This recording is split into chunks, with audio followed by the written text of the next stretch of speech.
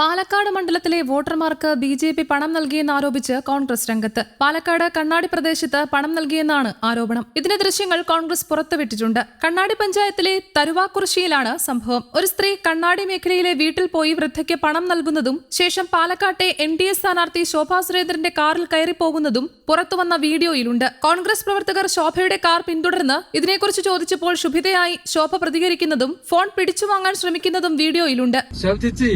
അവിടെ ഒന്ന് രണ്ട് വീട്ടിൽ ആ വീട്ടിൽ പൈസ കൊടുത്ത് അങ്ങനെ പൈസ കൊടുക്കുന്ന മോശം ആരുടെ കാൻഡിഡേറ്റിൽ പോയിട്ട് പൈസ കൊടുക്കുന്ന മോശമല്ലേ? വിലസം എന്താ പറഞ്ഞാൽ എനിക്ക് മനസ്സിലായില്ല. ആ ഭാഷ എനിക്ക് മനസ്സിലായില്ല.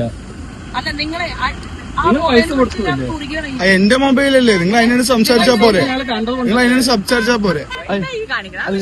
നിങ്ങൾ എന്താ പ്രതി? ഞങ്ങളുടെ വാർഡല്ലേ, ഞങ്ങളുടെ വാർഡല്ലേ? എന്റെ മൊബൈലിൽ നിങ്ങൾ വിളിച്ചു വിളിക്കേണ്ട കാര്യം നിങ്ങൾക്കില്ല. എന്റെ മൊബൈലിൽ വിളിച്ച് വലിച്ചിരിക്കുന്ന കാര്യം നിങ്ങൾ ചെയ്തോളൂ. എന്റെ മൊബൈലിൽ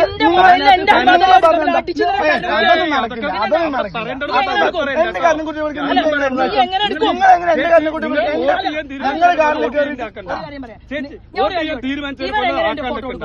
ബഹുമാനത്തോട് കാരണമാണ്. ഫോട്ടോ എടുക്കുന്നത് നിങ്ങൾ ആദ്യം പറഞ്ഞിട്ടുണ്ടാവും.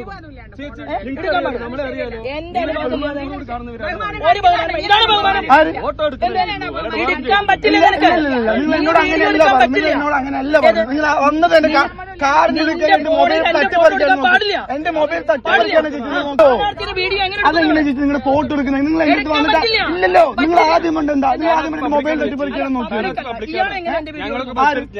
നിങ്ങൾ പൈസ കൊടുത്ത് കണ്ടിട്ടല്ലേ ചോദിക്കുന്നത്? അല്ല നിങ്ങൾ ചെയ്തോളി, നിങ്ങൾ എന്താ ചെയ്തോളി, നിങ്ങൾ ചെയ്തോളി.